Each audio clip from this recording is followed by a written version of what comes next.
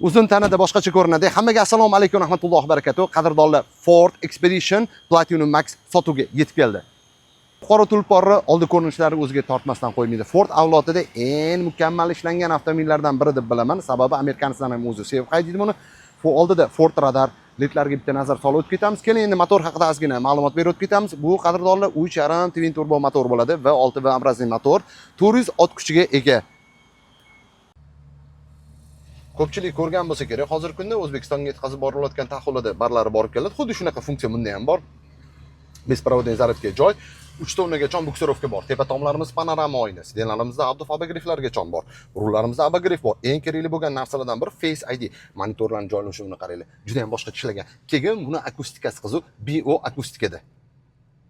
Hozir noodatiy 3-qatorda o'tiribman. Sababi 2-qatorda o'tirib video qilardik. Sabab 3-qatorda ham o'tirib, ba'zida o'sha mijozlarimizga shu 3-qator haqida ham ma'lumot berib o'tamiz.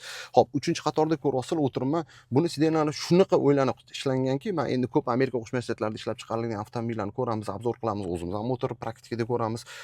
Kapitanskiy sidenida uzun kuzupligi juda ham qo'l kelgan. Sababi oila uchun ham o'zingizlar partnyorlar, hozir ko'p ukalarimiz biznesda partnyorlar kelganda ham o'tkazib, partnyorlarni bu joylarga olib borganda ham qo'l keladigan variantlardan biri. Ham kompaniyaga ishlaydi, ham oilaga ham zo'r.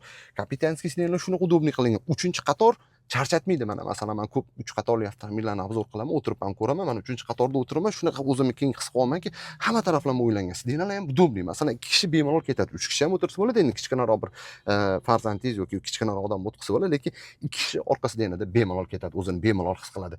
Bagaj hajmi mana shu 3-qator turgan holati 350 litrgacha yana joy bor bagaj hajmi. Qarang, sidenlarimiz borib keladi. Hammasi knopочный.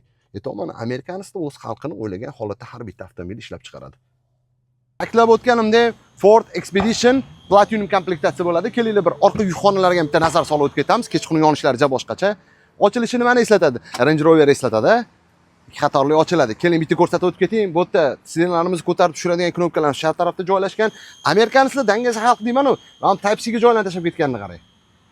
Shu video ostida qadrdonlar, bojxona yo'l kira yozib qo'yaman. Bizda hamma komplektatsiyasi bor. Bemalol aloqaga chiqib qolasizlar. Hammaga assalomu alaykum va rahmatullohi va barakatuh.